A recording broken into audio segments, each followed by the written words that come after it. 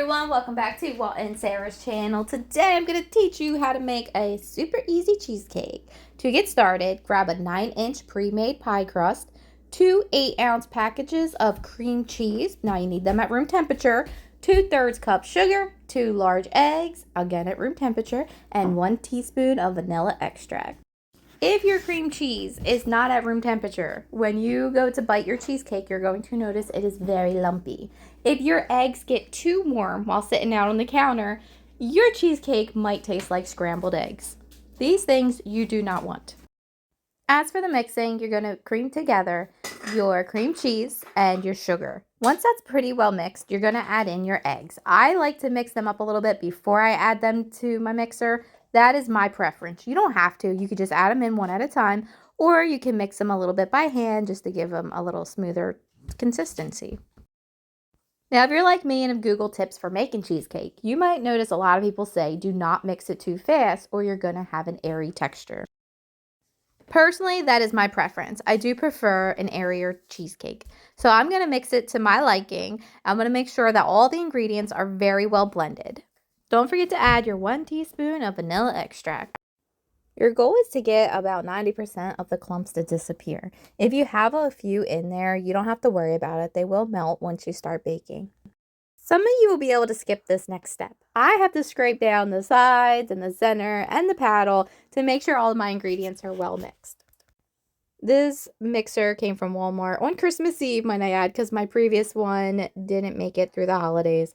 So I had to grab this one. It was whatever was left on the shelf, and it's not my favorite, but it's okay. So you might be able to skip that step. As you can see, I just kept on mixing until I got this nice creamy consistency. I didn't add anything. I didn't remove anything. I just kept mixing until it looked like this.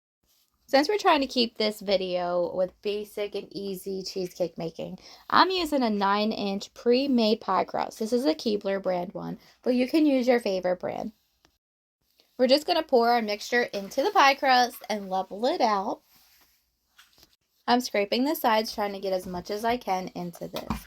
Now this is going to help make my cheesecake a little bit taller, whereas you can buy the kind that has the extra 2 servings, and then of course your cheesecake is going to be a little bit thinner, which means you're going to lower your cooking time. When making cheesecake, I always do the water trick. So what I do is add some tap water into a pan, and then I put my pie crust into that pan. And I'm going to show you, so don't worry, sounds a little weird. The trick is to cover the entire diameter of your pie crust, but you don't want to put so much water in there that it splashes onto your crust, because then you're going to have soggy, gross crust, and you don't want that. Now keep in mind, baking times, of course, will depend on your oven. I always go for 350, and I usually bake it for around 35 minutes, and then I'm constantly checking it. I'm adding 5 minutes, I'm adding 2 minutes, constantly checking it. A little beginner's tip, once I see these little brown spots start to appear, I know my cheesecake is definitely done and it is time to remove it from the oven. So guys, this is how it turned out. Like I said, it's a very basic cheesecake. I don't need any culinary students telling me what we did wrong. This is for beginners. If you want to take it to the extra level, add some caramel syrup, maybe some chocolate syrup, and some nuts, which we can't have because we're a nut-free home. Thank you guys so much for watching. I will catch you all next time.